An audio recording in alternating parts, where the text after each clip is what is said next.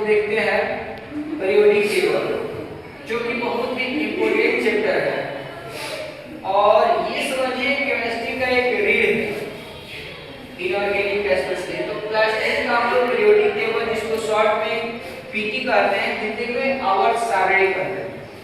तो सबसे पहले मेंडेलिव ने पीरियोडिक टेबल दिया था, इसमें लगभग 60-65 एलिमेंट थे, लेकिन मॉडर्न पीरियोडिक टेबल यहाँ पे आधुनिक आवर्त सारणी क्वेश्चन आता है 10th क्लास में कि आधुनिक आवर्त सारणी किसने दिया था। यहाँ पे हम लिखे हैं मॉडर्न पीरियोडिक टेबल, वो एक मोस्ले साइंटिस्ट मोस्ले ने आधुनिक आवर्त सारणी को दिया था। सबसे पहले पीरियोडिक टेबल का हम एक आउटपुट देखते हैं।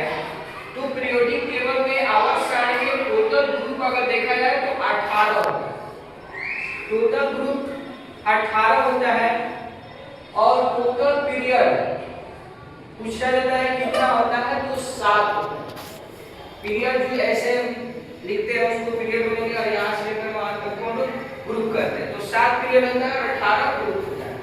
टोटल एलिमेंट अभी तक 118 को खोजा जा चुका है, ये चीज याद रखिएगा। एक आउटपुट हुआ, उसमें एलिमेंट यानी धातु जो है 3 प्रकार के होंगे, तत्व जो है 3 प्रकार के होंगे, धातु, अधातु और उपधातु।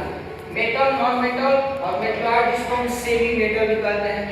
तो धातु जो है लगभग 90 है, यानी पूरे पीरियोडिक टेबल का लगभग ये 78% हुआ। और धातु जो है लगभग 22 है, कहीं कहीं 18 भी दिया है। और उपधातु जो है 6 है, कहीं 7 भी दिया है। ठीक है, यहाँ पे क्वेश्चन पूछा है कि कौन सा ऐसा धातु है जो रूम टेम्परेचर पे लिक्विड स्टेट में पाया जाता है। तो धातु में देखिएगा तो मरकरी, जिसका संकेत Hg होता है। इसका प्रयोग हम लोग थर्मोमीटर में भी करते हैं बॉडी टेम्परेचर को मापने में। नॉन मेटल में पूछता है कि कौन सा ऐसा अधातु है जो द्रव अवस्था में पाया जाता है, तो वो है ब्रोमीन, जिसका संकेत Br है।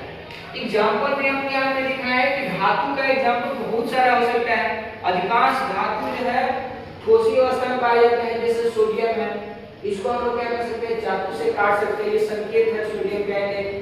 मैग्नीशियम है, ये सब संकेत लिखे हैं। फिर एल्युमिनियम है, आयरन है, गोल्ड है, फिर सिल्वर है, जो सोना चांदी का प्रयोग हम लोग ज्वेलर में करते हैं, ये क्रोमियम है।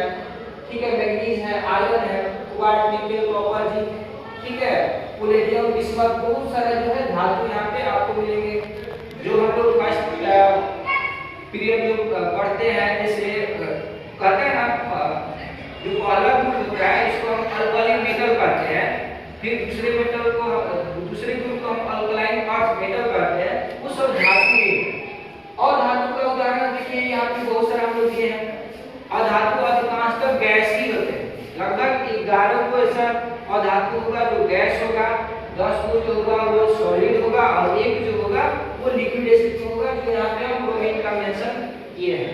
ये कार्बन है, नाइट्रोजन है, ऑक्सीजन है, क्लोरीन है, नियॉन है, फास्फोरस, सल्फर, क्लोरीन, आयोडीन जो कि सॉलिड स्टेट में होता है, ब्रोमीन लिक्विड स्टेट में होगा, हीलियम, आर्गन ये सब गैस है, हाइड्रोजन भी है, ये सेलेनियम है, क्रिप्टन है, जेनन है और रेंडन है। ये सब के सब क्या है, अधातु है। संकेत इसलिए लिखे हैं ताकि जगह कम लगे, समय का बचत हो। तीसरा है उदाहरण किसका, और उपधातु का। तो उपधातु का साथी चुकी है, तो ये बोरॉन है, ये सिलिकॉन है, ये जर्मेनियम है, आर्सेनिक है। ठीक है, ये जो है आपका क्या है, एंटीमनी है, ये टेलुरियम है और ये स्टार्टिंग है। ठीक है, ये जो है उपधातु है, इसको आप पुराने से याद रखिएगा। ठीक है, बहुत ही ज्यादा आपके परीक्षा में काम करेगा।